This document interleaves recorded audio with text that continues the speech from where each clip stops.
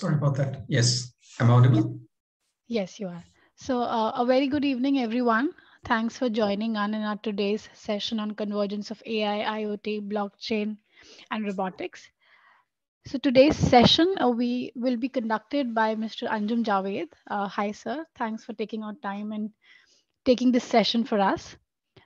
Today's session will be about how the convergence of new age technologies like AI, IoT, blockchain, robotics, augmented virtual reality is poised to change the world order and create new business and operational models for enterprises and society. And if I tell about the speaker today, Sir comes with 2 decades of experience in ITS industry, primarily in BFSI, telecom, finance, and accounting. There are many more industries which are associated with his years of experience. If I start listing them, that it will take a lot of time. He currently leads the Charter for AI and Hyper Automation in WNS Global Services. So, without any taking much time, I'll give the floor to you. Over to you, sir. We have participants who have joined in, and the ones who will be joining in later, they'll be logging in from their systems. Well, thank you. Thank you so much for giving me the floor and giving me this opportunity to have this session today with you all. I think more than you all, I am excited to be talking to you all and share my information, share my knowledge and experience about the subject. So without further ado, and I think I've already been introduced. So here I am. My name is Anjum, and I'm going to, walk you through a session today. And I want to make it very, very interactive, right? I want to really see if there are any questions coming in. So do feel free to, put your questions in the chat box or the Q&A box, and I'll take them up as and when. And yeah, do raise your hand in case you have any questions, but we'll try to park the questions mostly towards the end, right? So yeah, so let's go ahead and get started. And let me do a quick check to see if I'm audible to everybody and everybody can see my screen.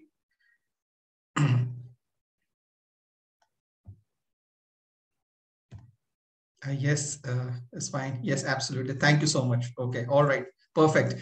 So let's go ahead and get started with today's session on Industry 4.0 to Society 5.0, Industry 5.0, and what it entails.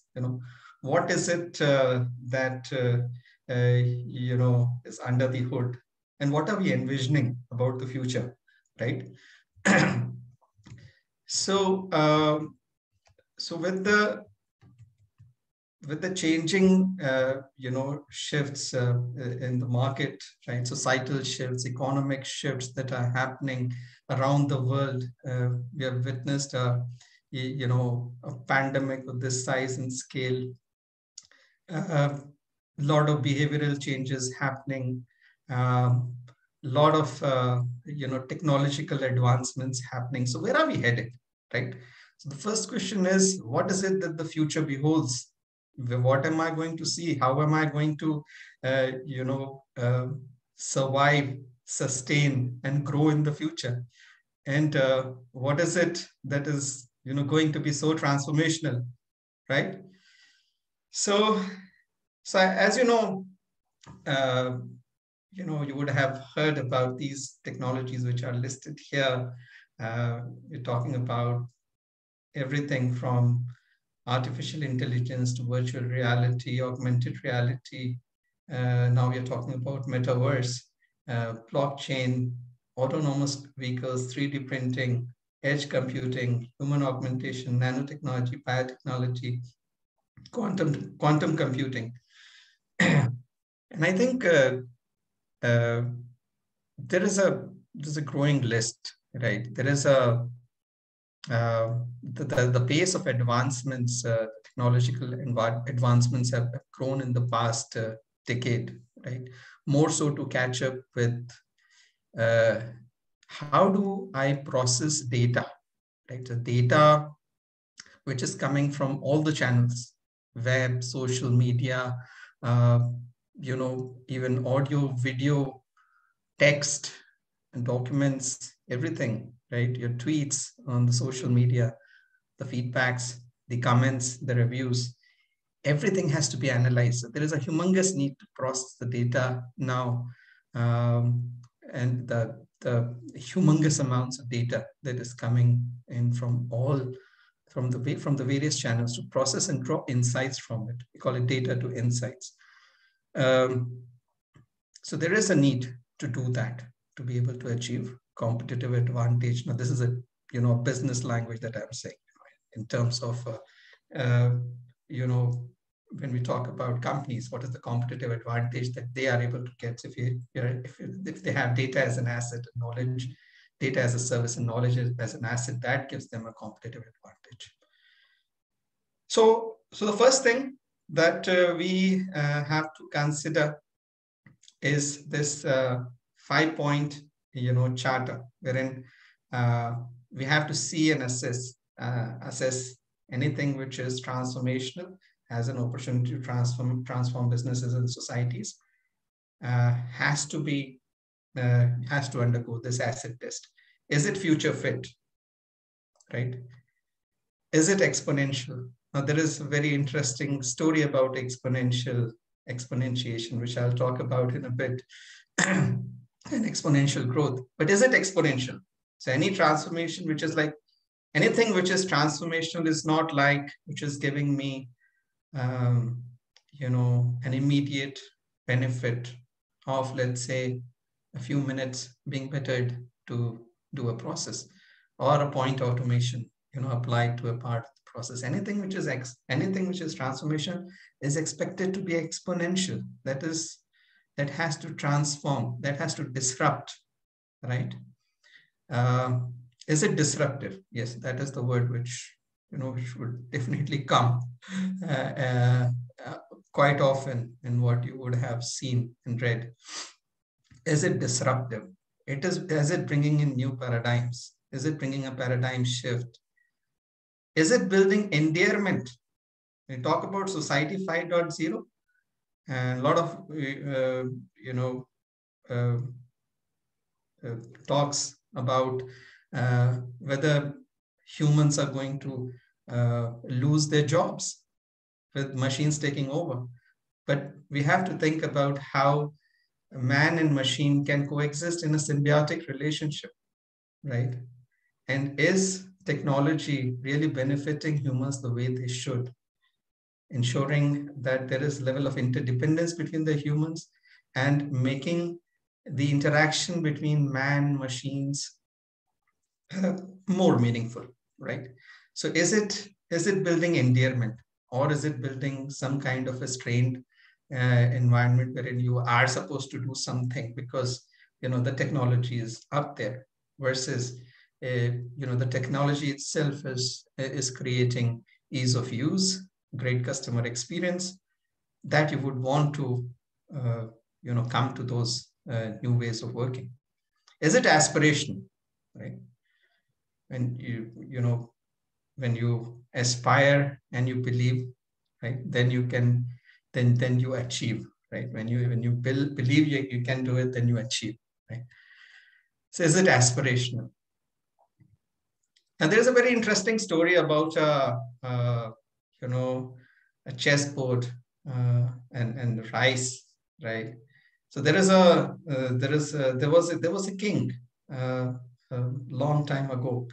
So there is a sage who came to the king and asked for some alms, right? And they said, and the sage said to the king that let's have a game of chess. Now, if I win, you are going to do as what I want you to, right? That is the gift that I want. So he said, yes, let's play the game of chess. Eventually, I think the king lost, the sage won. So sage said that, yes, now it's my opportunity to ask for my gift. So he said that put a grain of rice, 1 grain of rice on 1 square, right, of the 64 squares of the chess. And every time you put move to the next box, just double the number, right? Right. So, so you can imagine that this was the ask, and then then the sage said, of course, that whatever is in the end, that is my gift, right? And then the king said to the courtiers that, oh, go and calculate how much this comes out to be, right? So any guesses what the answer could have been, and what was king set up to? Any guesses?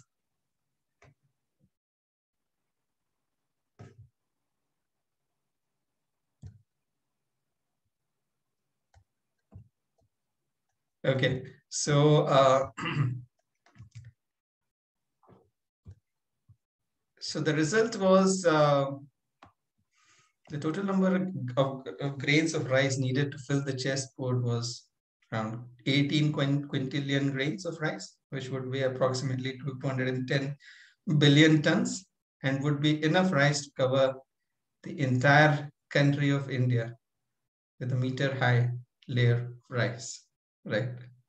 So this is the power of exponentiation, right? So when I say transformational and I want a transformational gift, I'm not asking for quick and easy wins. Just give me short-term benefits. When something has to be transformed, it is getting reimagined, and the businesses that I'm re-envisioning, or the processes that I'm re-envisioning, have to be of an exponential scale, right? Then things are getting transformed, and all this, AI, IoT, blockchain, 3D printing, AR, VR, they are a means to an end, right? So they are enabling those kind of tectonic shifts to happen, to jolt the foundations and then reimagine new businesses, right? So we are living in exponential times, and we all know, right? And this is just from where we were 200 years ago to where we are, right? We are living in exponential times, and there are unstoppable business tsunamis that are there. We talked about data. There is an interesting perspective about data being the new oil, but I would say that oil is scarce while data is everywhere. So data is like a tsunami, right? And we all are on the tip of that tsunami. We don't do anything about that. We are all going to be submerged very soon, right? So the data, the pace, the volume, the velocity at which the data is getting created is humongous. So we have seen, various. I'm sure who are the age group that is present here. We are all witness to the fourth industrial revolution, right? And we'll talk about that in a bit, what it entails to go from 4 to 5. But how did we reach there, right? And this is again just telling that what is it that is enabling Industry 4.0, right? Automation, visualization, connectivity, smart edge, quantum computing, AI coding, self-sovereign ID. So this is all being enabled by, in fact, the one is definitely, you would have heard about clean tech, how you can recycle, let's say, older batteries to generate energy, or how you can use solar power, right? How you can use the next gen materials, the synthetic materials, how you can the bio revolution that is happening, new proteins being discovered, and then new protein structures being decoded, right? And new molecules being developed, pharma.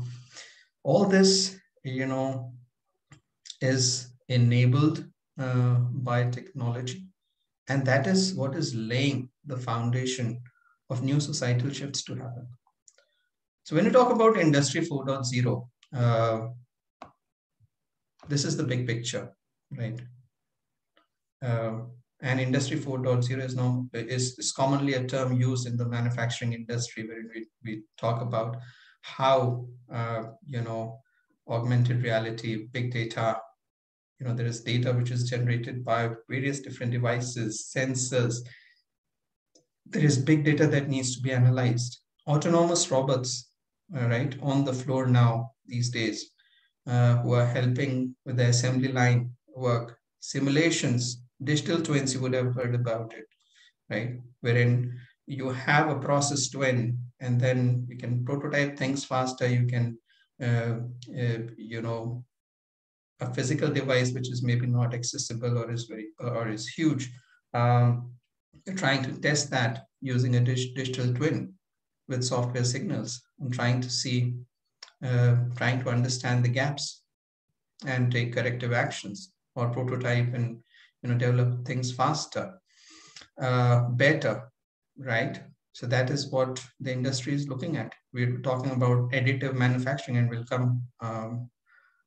we'll see an example later how 3D printing is creating a difference, right? So when we're talking about additive manufacturing, it's not about your old manufacturing style, wherein you have this traditional manufacturing company which is putting the parts together, has an assembly line. Now we are looking at additive manufacturing using 3D printing. A lot of companies, in fact, we'll take a Porsche example later in the presentation. The technology, what it is enabling is the 3D printing, is that it helps you, adjust your production to the market demands, right? So today, if something is not selling, quickly course correct, adjust, and then start manufacturing this other design, which is more acceptable, right? In a traditional sense, you have to stop, you have to do the retooling, you have to stop the production, you have to lay the foundation. Again, there is a downtime. Now, the need of the hour is to be agile, is to be nimble, the business is to be nimble. So the manufacturing has to be nimble to adjust to the demands, right? So that is where additive manufacturing is playing a very big role. You would have heard about cyber security. All your systems are on the net. So you definitely need to secure your systems. In fact, AI and machine learning helps you predict if there is a cyber attack in the offing, right? So cyber security is big. Industrial Internet of Things. Yes, these days we talk about sensors everywhere, prognostic asset maintenance. Can I do something with predictive analytics to avoid unplanned downtimes in industry? So there is a part of the machinery which is, let's say, there's a turbine, where the parts are wearing. If it's not working properly, and if there is an unplanned downtime, it is unnecessary cost, right? And time and effort wasted to bring it up. So that is more reactive. So now with technology, we want to be smarter. We want to move away from a reactive kind of working style to a more proactive style, right? To a more proactive way of working. So today, if technology is enabling me to do that, right? Technology is enabling me to predict. So I can sense, I can visualize, I can see in a visualization that these are the parts. And by the way, these parts are in the red, and they would need maintenance. And these parts are in green or in amber. So maybe they are fine for now. So this is the kind of intelligence I want from the systems. When we talk about augmented reality, now I want everything in my field of vision. We talk about augmented reality, virtual reality, how it is transforming industries. I don't want to have a 2D kind of a view and then do context switching in my mind and then transform it into a 3D. Even your Google GPS maps, you are doing that, right? It's a very 2D-ish kind of a thing wherein you are seeing that there is a path, then there is a right, and then you are trying to remap it in your mind, right? A 3D representation of it. How about having it in your field of vision with digital overlays? in your field of vision and getting that cyborg-like kind of a vision, if that is what is coming to your minds, and then trying it back to cognitive engine at the back, and it is giving you information as you need it when you need it. So augmented reality, virtual reality has proven to be very beneficial in manufacturing setup, in field force engineers, in field force planning, in field force management, field force work, and of course, um, in education, in training, where it can really help expedite things, because you're getting the knowledge where you need it. You're looking at the part and then pops up a augmented uh, you know uh, there is an object which will tell you about it, more about it. So you're not flipping the pages of a book. You're getting the information when you need it. Virtual reality combined with augmented reality can even help with training for, let's say, for emergency cases where you cannot create a real emergency, right? But actually, the virtual reality can help do that. And then combined with augmented reality, the person can be trained faster for the emergency response teams. They can be faster without putting a hassle or endangering their lives, right? We didn't talk about drone, but I would like to touch upon that later. The drone economy, right? And it's picking up as well. It is really now becoming commercialized. And this was initially the connotation of a drone was more in terms of political or spy, but here now drone we are talking about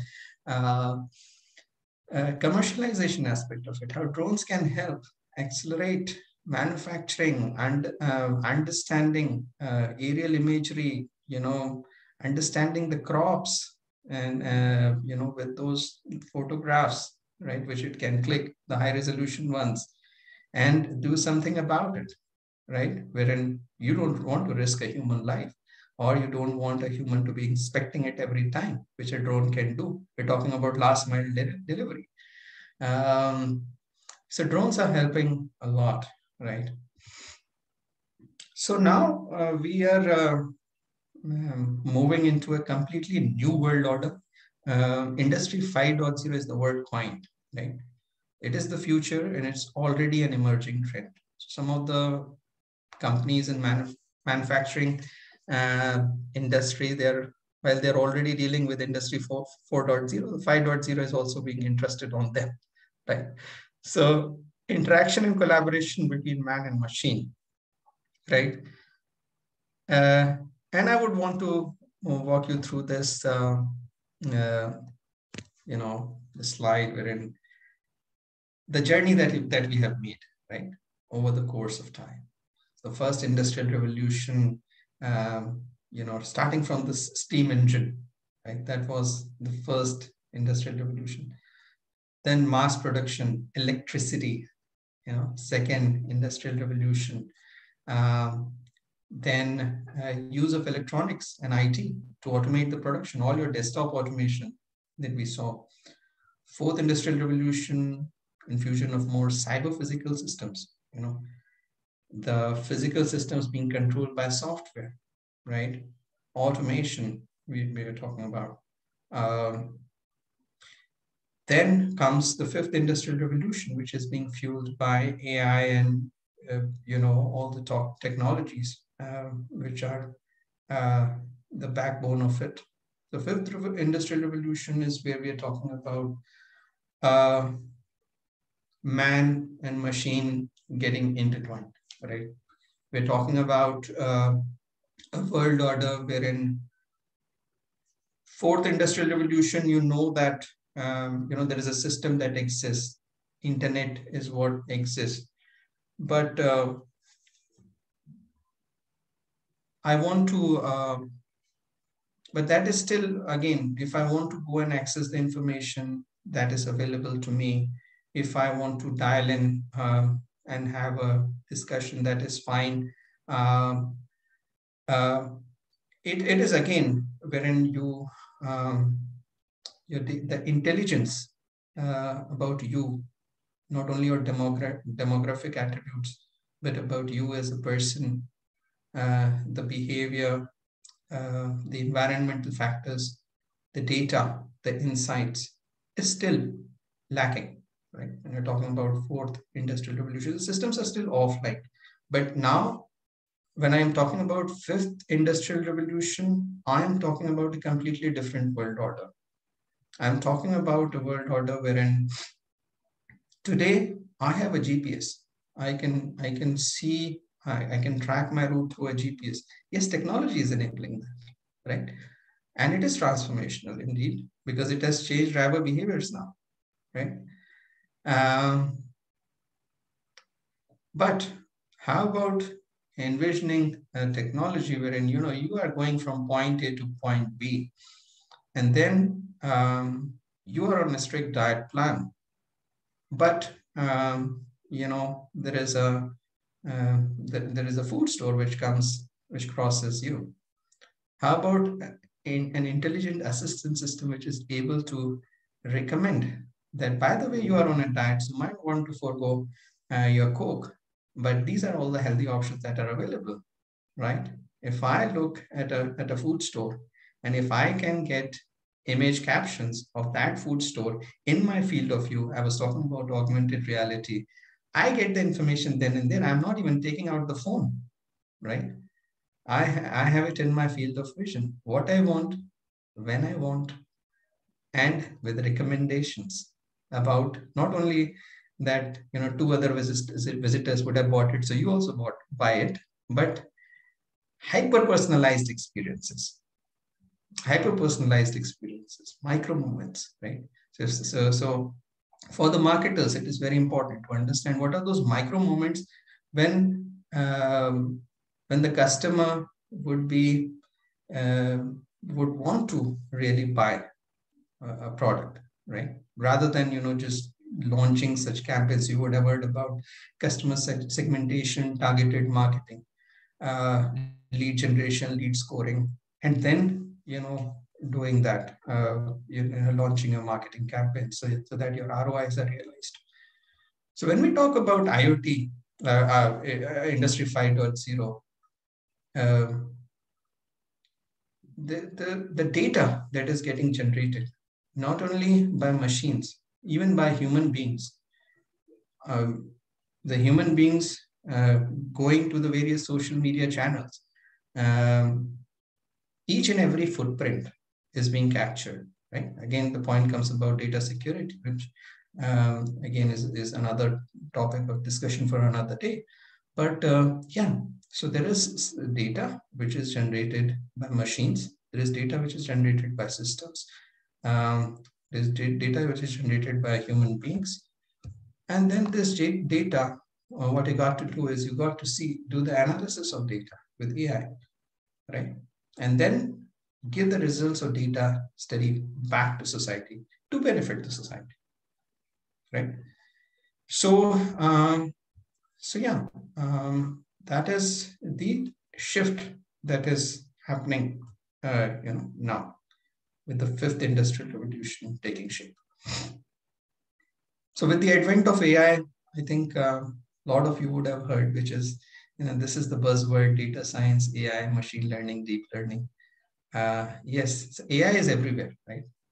So let's just see what the who's who of the industry had to say about it, right? AI is everything and everywhere, right? The biggest thing that we are focused on with AI is building computer services that have better perception than people. AI is the new electricity. It's hard to overstate how big of an impact AI is going to have on our society over the next 20 years. Jeff Bezos. Yeah, so absolutely. So AI is taking the industries by storm and has the potential to transform industries and society and the way we work and live. Yes, so when we say machine learning, predictive analytics, prescriptive analytics, right? That is where we talk about AI, right? We know that there's descriptive analytics, diagnostic analytics, predictive prescriptive. When we are in the predictive prescriptive space, then we are talking about advanced analytics, AI, machine learning. So machine learning and predictive analytics are core capabilities. Right now, we are envisioning to embed machine learning, AI, to predict things better, to prescribe things better. Predict is when you see that there was something historical, some data points and parameters, which is determining this target variable. So you want to be able to predict, let's say telecom, customer churn, right? You want to predict. B2B sales and marketing, right? You want to predict route planning. If you're talking about logistics kind of a scenario, you want to predict, right? So it can be a regression problem. It can be a classification problem. You want to know, the predicted price of a house or a property, or, do stock market prediction. AI is everywhere, right? So the moment you open your Amazon or Netflix, AI is there, right? Even the ad clicks, the kind of, so the revenue that you get, somebody clicks on an ad, even the ad clicks, they have to be certain level of understanding that what to display to which prospect, right, for an ad to be clicked, right? So yeah, so those are the use cases that I can talk about. Some of them are listed over there. Churn analysis, I talked about social media analysis, sentiment analysis on the tweets, on what you're on the kind of comments you're making on social media, recommendation engines you see everywhere, location-based tracking and services, computer vision. Computer vision is now transforming every industry. So computer vision, natural language processing, you see it everywhere, right? So we want to we are really going and envisioning a world wherein we want to be able to predict things better. We want to be able to prescribe. We want to do weather forecasting for business planning. We want to do legal discovery, document archiving, legal contracts. Contracts are everywhere. We're talking about smart contracts. The contracts are everywhere, right? So right from the contract negotiation through to contract review till the contract is signed, even when the contract is getting executed, there is AI which is helping you do it faster, better, understand which let's say that you're talking about a contract review phase. It helps you to shorten that cycle, contract review, understand, highlight the terms, do the natural language processing on the contract documents, understand which is a compliant clause, which is a partially compliant clause, which is a deviant clause, according to the company playbook standards, and help you negotiate things better. Also, talk about invoices, contracts, understand, what is there on the invoice, what is there in the contract. So let's say the contract says that, the payment terms are 30 days, right? From the date of getting the invoice, and the invoice says immediate payment. We want intelligent systems which can go back and check that, contract says 30 days, so I can hold on to that payment, right? Can help optimize day sales or outstanding. We're talking about order to cash systems, right? Finance and accounting, optimizing working capital. AI is a big business case for the CFOs. Equipment monitoring, dynamic pricing, right? Pricing analysis, fraud detection, credit card frauds, any kind of frauds these days, financial frauds. The AI models can help identify those anomalies. So this is more like preemptive kind of an approach, right? We don't want to suffer losses. We want to double pay and then go after and do the recovery.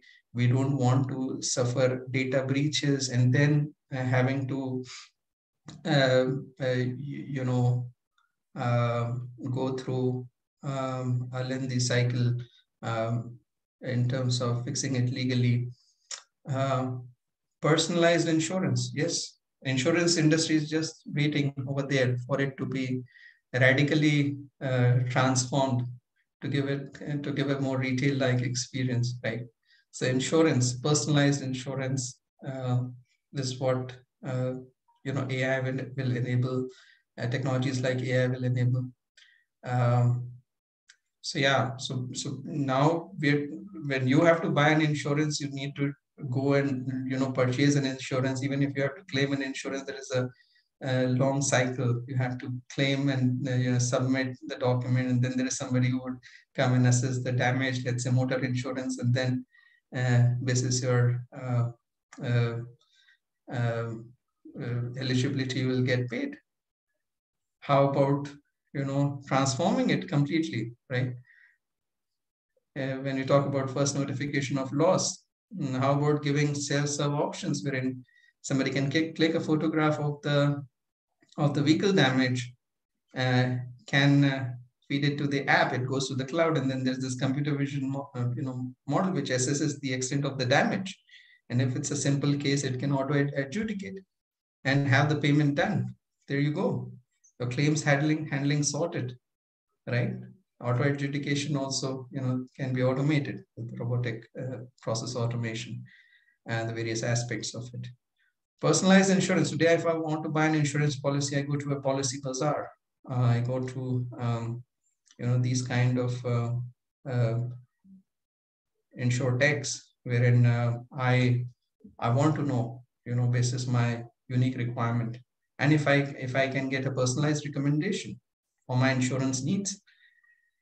That is what I'm looking forward to. Chatbots have transformed the industry. Chatbots are still growing in their capability to become more natural and engage us more in a more natural human-like manner. But at least a lot of traffic from the traditional channels of calling, simple queries, has been diverted to chatbots to pick up those volumes and yeah, and free up those full-time equivalents. And it is transforming the industries like call center, right? So yeah, so these are some of the cases, and the list is just endless. Yes, when you talk about machine learning, these are some of the terms that you'll come across: supervised learning, unsupervised learning, and deep learning, right? So just one thing that I would want to mention here is that in earlier days, when you used to program, you have to create a program, you have to write a C program, feed an input, and then you have an output. The way machine learning works is, so there is an input and there is an output, what you want, there's a ground truth. And then the algorithm generalizes to that. You build an algorithm which is able to generalize to that. Now you have an unseen data, then you test your model on that, and then it's able to predict things, right? So ultimately, it's a straight line that you're drawing, right, through that data. So that is machine learning. You have the input, you have the output.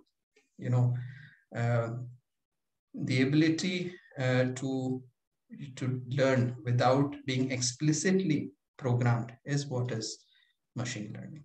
So it can sense, comprehend, act, learn, grow, evolve on its own, right? Of course, there are aspects of supervised learning and supervised learning, but we're looking at autonomous systems now, autonomous drive, vehicles, which can learn, sense, comprehend, and act on its own. There's nobody coming in between. And then when it is in production, it is actually on the roads, it has to be able to take that decision on its own.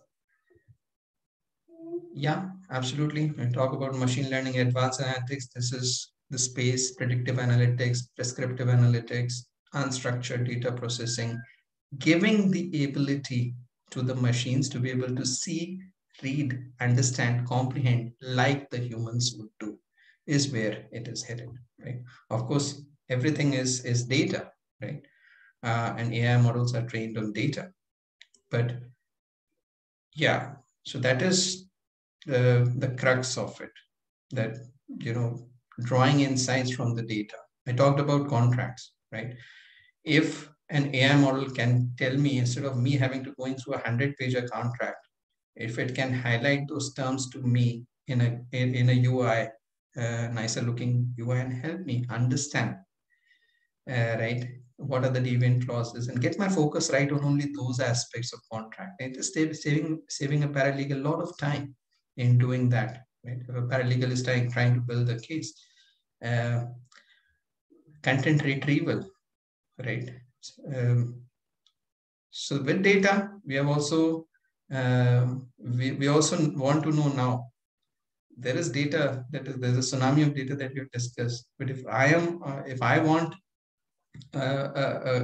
an information, I want that to be relevant. I want that to be ranked, right? That's what the Google does on its search engine. So, so I want to have intelligent systems which can recommend, which can predict, which can prescribe, which can detect an anomaly, which can identify patterns, which can help, me help improve my risk posture. So if I'm talking about AI, I'm talking about business operations, or automation of business processes. I'm talking about, uh, understanding what the risks are. I talked about accounts payable, procure to pay, right? Anomaly detection in that, so that I'm not double paying and then having to recover it later, duplicate payments. Or if the AI model can tell me that, there is a late payment penalty, right? It is saving me that penalty. Or if there's an early payment discount, and highlight that. Because normally in a company, a procurement is, uh, having so many contracts, right? The legal department is dealing with so many contracts. But if we can digitize and then feed it to an AI model, and then let that AI model using NLP is able to understand, right, what that contract means semantically, understand the relationships between the different documents. So this is a huge space in itself. And like I said, time would be insufficient to cover all the use cases, but these are some of the areas where AI is, transforming industries: fraud detection, AML transaction monitoring, anomaly detection, algorithmic trading, right?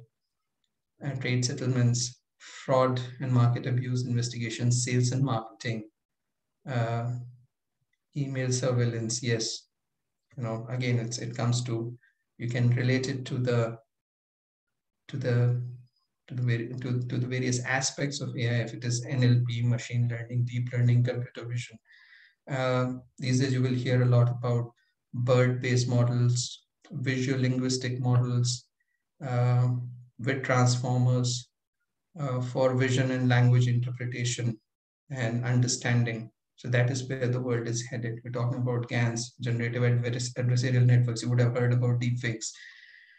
But yeah, so this is an exciting space, and it's growing rapidly, and the advances are being made, both in terms of algorithms as well as the quality of data, that we're training our algorithms on. Larger data sets, large scale data sets. So you'll keep hearing every day that there is a model which has come, which is 18 million parameters, or 20 million parameters, or 2 billion parameters.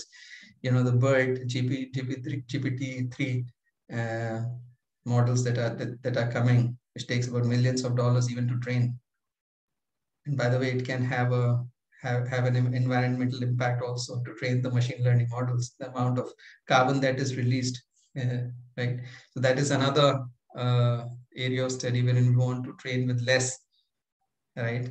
So that we have these pre-trained models, there's less data, and then we can quickly fine-tune it, train it on the downstream tasks without increasing the carbon footprint, right? So we look at just one aspect of it, but there is another aspect, a societal aspect to it, I want you to think about.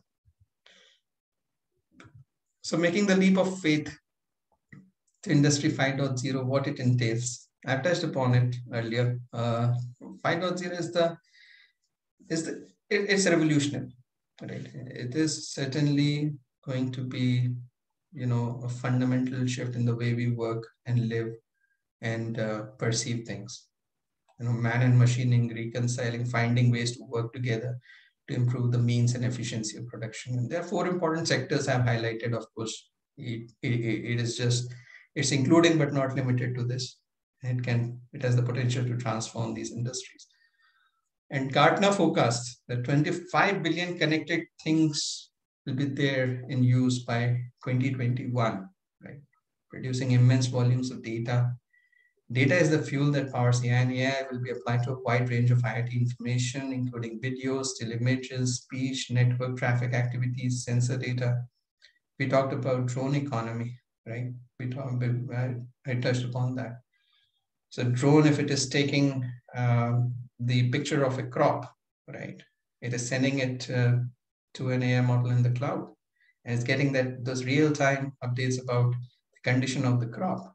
So it can, spray the pesticide or do some correction, right? And then give that information, relay that information back. Computer vision at play, right? That is just one use case I quickly mentioned.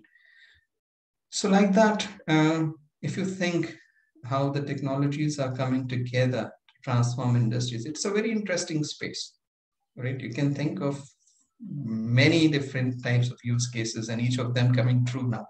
Then the research community, the scientists, and the industries, industry bodies, everybody is looking to see what transformational I can do in the business, right?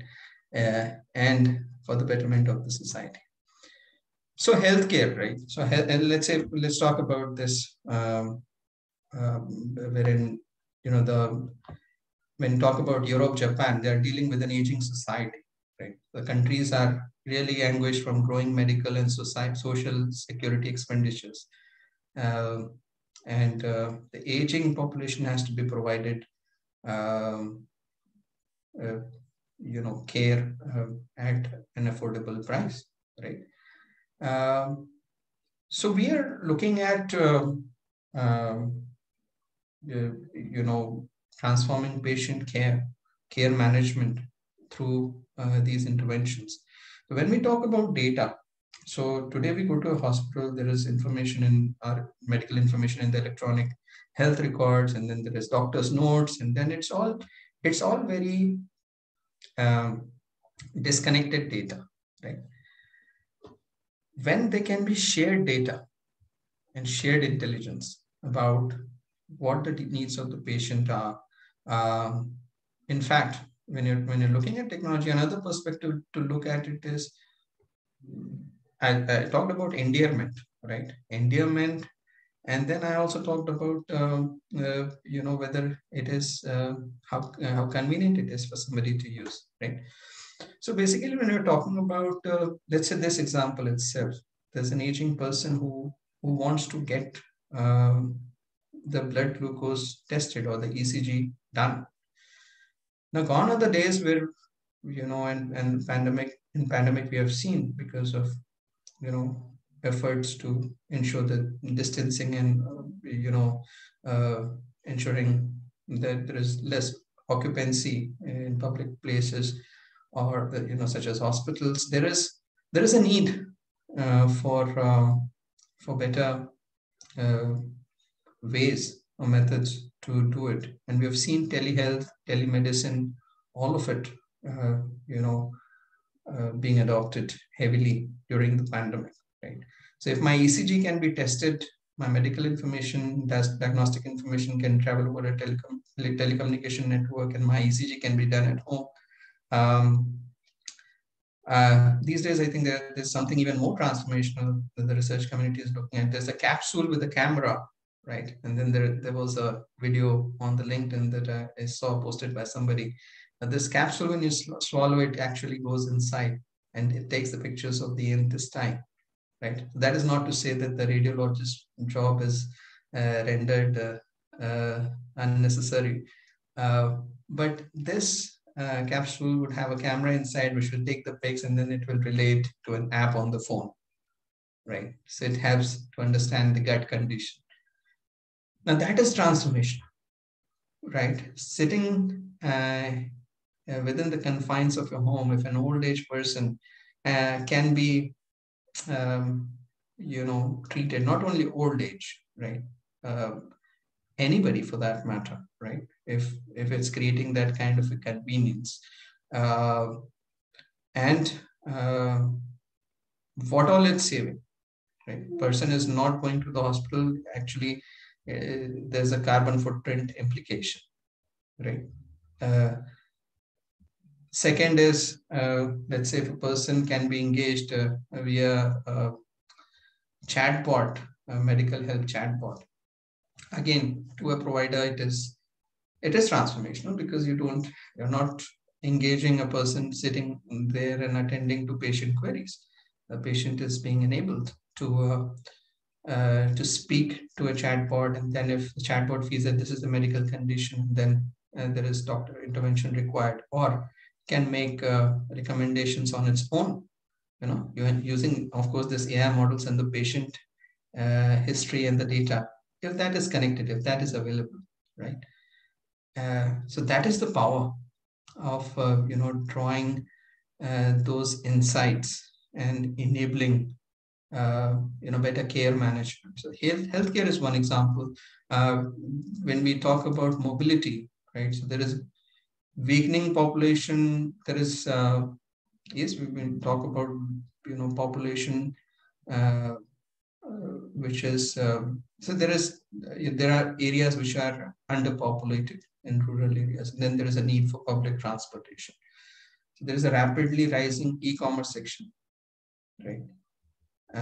Which has seen a lack of drivers. When you're talking about driverless vehicles, you would have heard about Tesla, and I need not talk much about it, but all these driverless vehicles, and it would take some time for them to be commercialized, but at least that is where we are headed. So in fact, it has the power to transform the societies that way, right? And make it safer. One of the things is also for technology to make the society safer, right? So if there is an autonomous vehicle, which is riding on a highway, imagine a world where there are only autonomous vehicles, but it's only the vehicles that would crash, right? If they crash, but at least the human life is saved. So we are also talking about a safer society, driverless vehicles.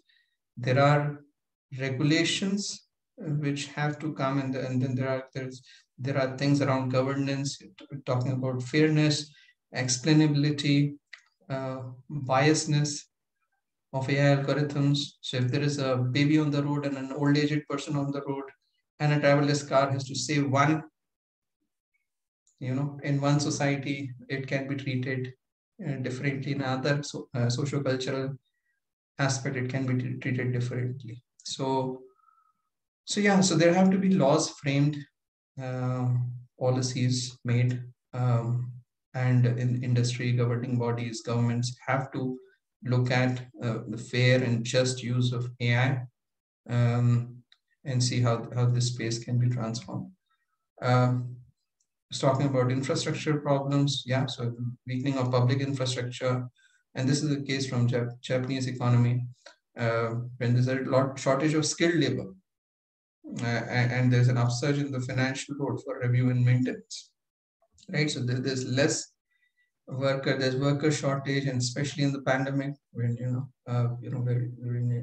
there is less bandwidth available at the sites. Then all these sensors, drones, they can help with one is repair. It can reach those places, help repair, inspect, analyze, come back, and give that information. It can address a lot of infrastructure problems. Drones, the new drone economy that we call, so to speak. Fintechs, yes. you keep hearing about the fintechs of the world, right?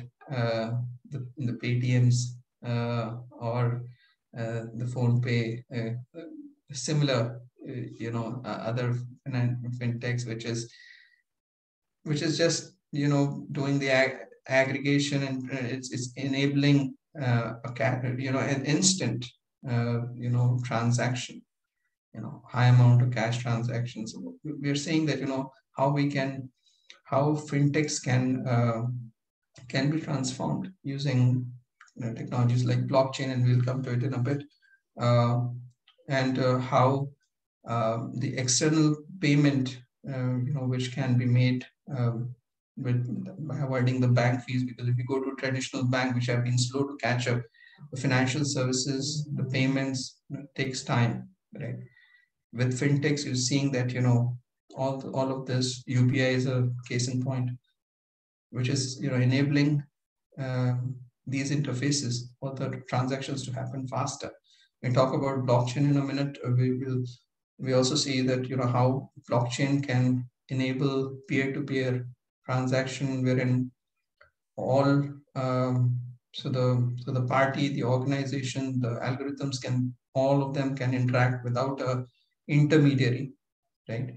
And that can happen, right, over a blockchain technology in a safe, secure way, right?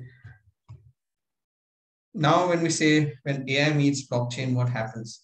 Blockchain definitely plays an essential role in making data management a completely decentralized one. But what is blockchain? So blockchain is not a transformational technology. Blockchain is more a foundational technology, right? So just how TCP/IP transformed internet in the early 90s. It started as a small project, a defense research project, ARPANET, for some people to send emails to each other, and then we soon realized the usefulness of it, and then the entire internet in 30 years. So it takes time. So it's not blockchain is not a transformational technology which goes somewhere. It helps you realize those ROI benefits, and then some experience and the things that transform. No, it is even more foundational, fundamental. Wherein you are saying that transactions between two parties are controlled by this distributed ledger, which is on top of the internet, and it is being the software is and the code is updated by the volunteers, globally. This technology is again, its basis. You can imagine a world wherein contracts are embedded in digital code and stored in transparent shared databases. So we're talking about smart contracts, right? So today, if there is a contract that has to be signed, there's a lawyer, there's a party, there's a counterparty. When we're talking about blockchain, the party and the counterparty, they are into that contract, right? And enabled via blockchain, wherein any deletion, tampering, revision is not permissible. All the payments, from any payment, any transaction between the two parties is recorded in that ledger, and it's enabling that. How blockchain is transforming, blockchain and AI is set to converge in the near future is AI, as you know, excels at handling vast quantities of data, drawing, analyzing data, drawing insights from it. While blockchain provides a mechanism for secure transactions, each and every block node in the chain. So blockchain is poised to provide a lot of explainability to the AI-enabled decision making. When we talk about explainability, that if there's a deep learning model or a machine learning model and it took a certain decision, why it took a certain decision, because blockchain has the transparency. So blockchain has to be able to figure out a way to securely share that information with an AI model. An AI model would have a better explainability, because all these transactions have not gone anywhere, or it is, and all the information, various factors, it's there in the nodes, right? Blockchain has to be able to figure out how securely it can share with that for that AI model training. And then that way blockchain will also decentralize AI model development, because today we are talking about AI model development, which is very centralized. There's a data source, and then there's training data, and then a model is trained on that. But with the data being replicated in each and every node, immutable way, verifiable way, the AI model development itself can be decentralized. So it has, so again, this is like they say, a marriage made in heaven. But blockchain again is foundational. It is poised to transform industries, societies, the way we interact. Okay? We have seen and heard about a lot of supply chain, operations being transformed by blockchain, right? At least now we have started to see those POCs and pilots which are happening. So that's how things start. Who knew that an email system, TCP/IP that is developed for the defense project would take this size and scale of the internet that we see today, right? So blockchain is definitely transformation. I've touched about this manufacturing, the additive manufacturing, which I was talking to you earlier. And this is the Porsche example. Porsche started testing 3D printed pistons against 30 horsepower and a 911 GT2 RS. So 3D printing yields pistons that are 10% lighter. So it is definitely clearing all the clutter. It is a move away from your regular assembly line way of manufacturing, quickly adapt to what the demand is. If I want to manufacture 10 different cars with a specific feature, I can quickly adapt with the 3D printing. Additive manufacturing, that will bring the competitive edge for the manufacturing industry. So the traditional manufacturers, they have to see and align, think in that direction what they can do. Yeah. So this is even further talking about robots these days. Sophia is there, Pepper Robot. We are talking about implanting chips, where people get chips implanted and understand that, okay, what is my heart rate right now? And even more transformation is, let's say there is a chip which is there, which can sense my heart rate. It sends the signals to my insurance service provider, and my insurance service provider can then dynamically price my insurance premium and say that now your heart is more healthy. So your premium prices now reduced, right? So this is the level of connectedness that we're talking about in industry and society 5.0, if you can imagine. One thing, without saying which I will not end the discussion, is that technology also has to help reduce waste, right? So it is, when we say sustainable, that means we are still undercutting, right? We're saying that let me make do with whatever I have, but how can we do better than that, right? How can we do something with more renewable sources of energy, right? How can we use that? And this is an example of China, wherein a 2-acre vertical farm run by AI and robots outproduces 720-acre flat farm. So effective use of available resources, I would say, is again we should be looking at technology, right? Because anything which is there is finite, right? Effective use. Land is also finite. Now, how can I create a vertical farm? These are all vertical farms, and there is an interesting video on the YouTube as well. This is a vertical farms where it can produce.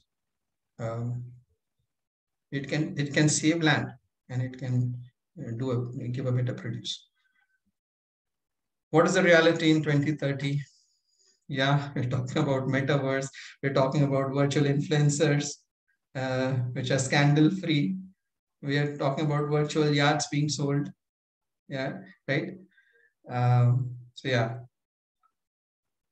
So these are all the phases, right? I've talked about that in my presentation, and from where it started in the 1900s, the internet revolution, and 2000, 1990, late 1990s. And then here we are, intensity of use. And why corporates need to innovate is, the market, when you show that there are growth prospects, right? So growth is now the primary driver of shareholder value. It is the expectation premium. When we see, how the data is how the companies are thinking now. When talking about, let's say, so this is the Nokia example. Nokia didn't do anything wrong. So why did Nokia fail? Right?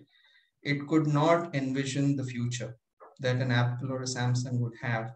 Or Nokia, when it was working, it was developing good phones, no doubt about it.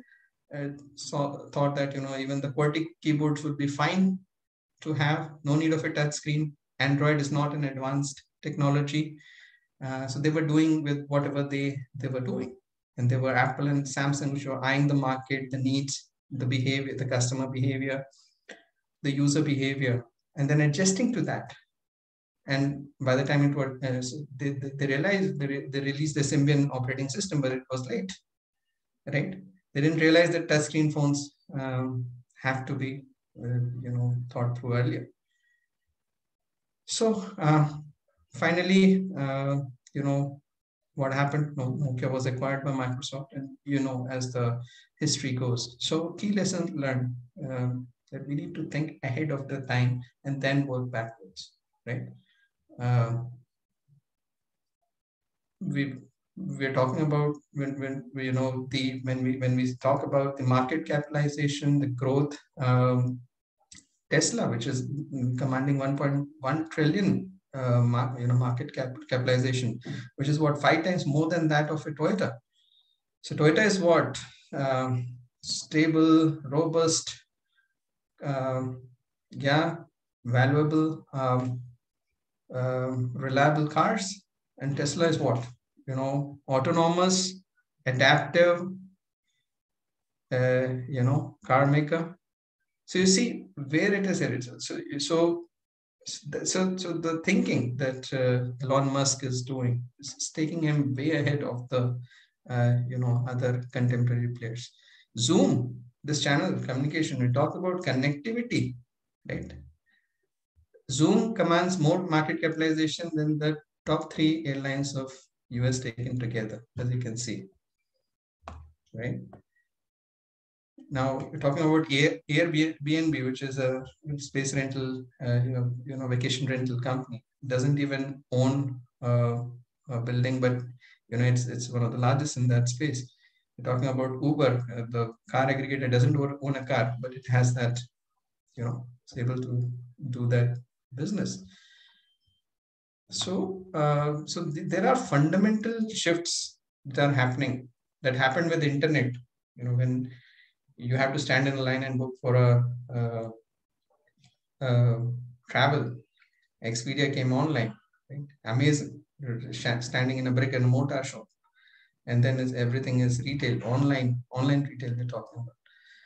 So I think there are fundamentally different ways of working that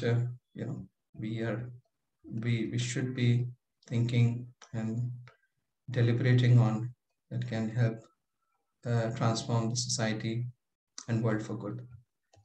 Now, yes, today in 2030, so fast forward 2030, if somebody is talking digital transformation, it is dead. Because we are getting digitally transformed as we speak.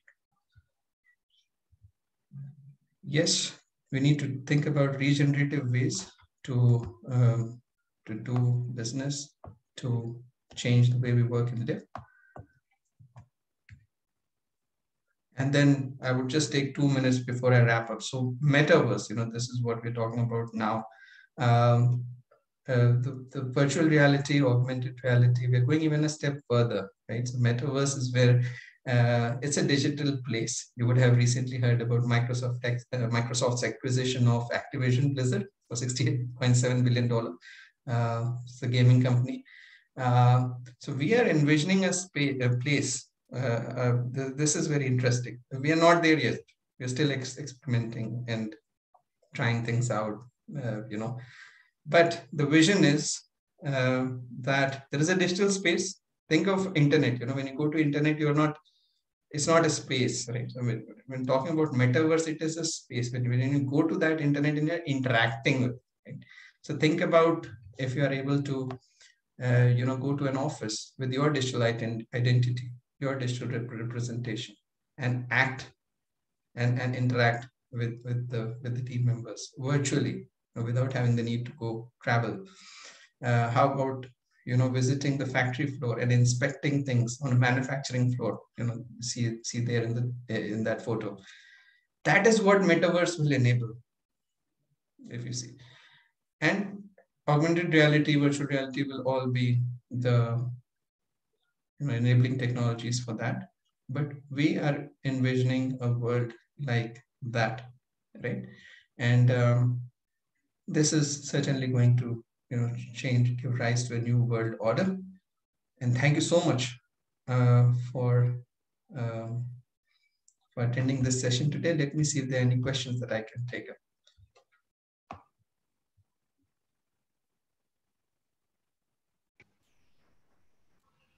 In the meantime, I would just say that kindly find the link below pasted in the chat box. If we would really appreciate if you can share the feedback post our session. So kindly, for filling up the feedback, use the link which I've just pasted in the chat box.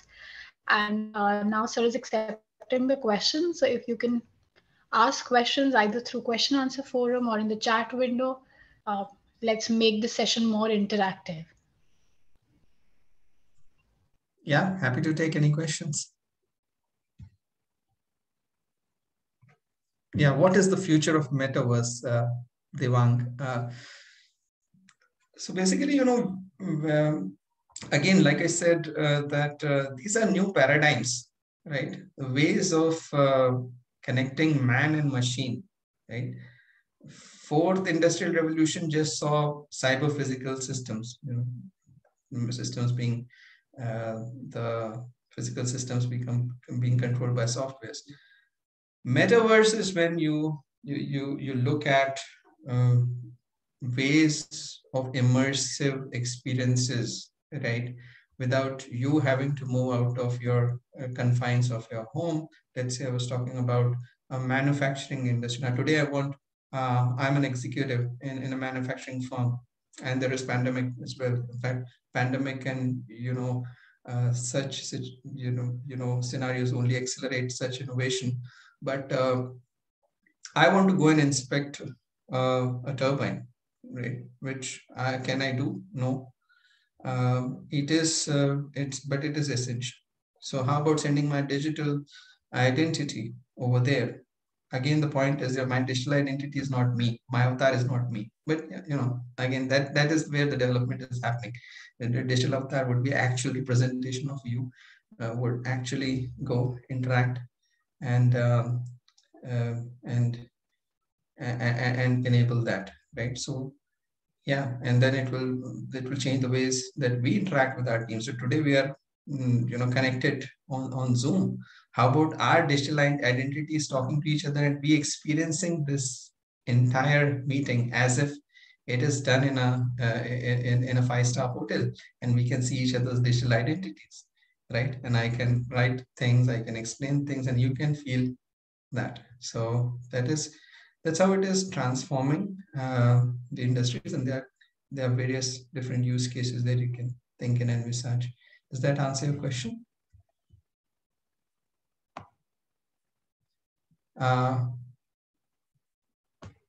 Okay. Thank you. Yes. And I'll take more questions. How to make career in metaverse as an engineer in electrical field? Yeah. So metaverse, again, we are not up there as yet, right? So these technologies are not established and commoditized as yet. You can say that it's up there, right? Or if you want, if you want to make an impact with that, so in fact you can see, so if there is let's say if there is a metaverse is an enabling technology which can help you do things better, without having that physical contact. You're interacting with the digital and the physical world. There's interaction that is being enabled, right? So like I said, today, if you want to inspect a turbine or an electrical equipment, you have to physically do it, right? So metaverse will help you inspect things better, faster, what's going wrong there.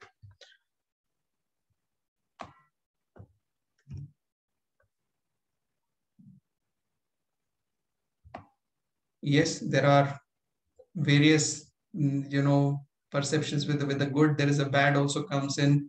When you talk about AI, there is deep fake that would be there. We are envisioning a world wherein my voice can be, actually created via generative adversarial networks. So there is no way that somebody can distinguish between my voice and that robotic voice which got generated. And then that phone call comes into the to a person and says that it is me. We're talking about deep fakes. We're talking about uh, you know the bad use of the technology, right? So nothing can be tagged that way. It's the use of the technology that will make it. Uh, is the use and the actual outcome that we're trying to achieve will make it justifiable or not. And then Prashant has a question: Are AI, IoT, blockchain, and robotics are related? So these are the enabling technologies. Like I said, AI, IoT is Internet of Things. We're connecting the systems, the various systems. Blockchain is again a foundational technology. Robotics, we have both physical robotics as well as robotic process automation and software processes. So these are fundamentally different technology which are playing all together and enabling that, right? I talked about blockchain, how AI can leverage blockchain, how IoT can be IoT and AI can be leveraged for prognostic asset maintenance, preventive asset maintenance, in a manufacturing sense. So these technologies will converge to realize a certain use case, right? So I'll take one more question if time permits. Can you please advise any basic level certification if someone is transitioning an AI profile? Yes, there are a lot of courses by Coursera that you can try. Coursera, Udemy offer a number of good courses in AI, machine learning, deep learning. If you want to enroll, again, it depends on if you are a fresher or if you have some level of some experience in domain, or you're already a software engineer and then making a transition to AI, data science. There are various avenues, various institutes. Triple ITB is one, Great Lakes is another. A lot of courses offered by IITs and IIMs these days. So you can look for it, and we can connect offline as well for more information, with a lot of content, a lot of information, a lot of good courses available these days on AI.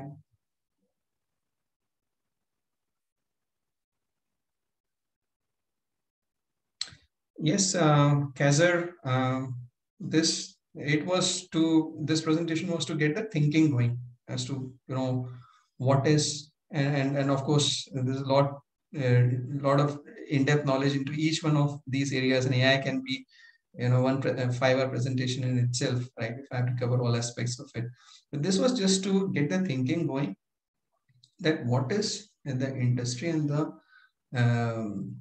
intelligentsia, the research community thinking, right? Some of it is which is already happening in the lab, and some of it is slowly started to come out of the lab and into, you know, started getting leveraged in some way for production, right? So, yeah.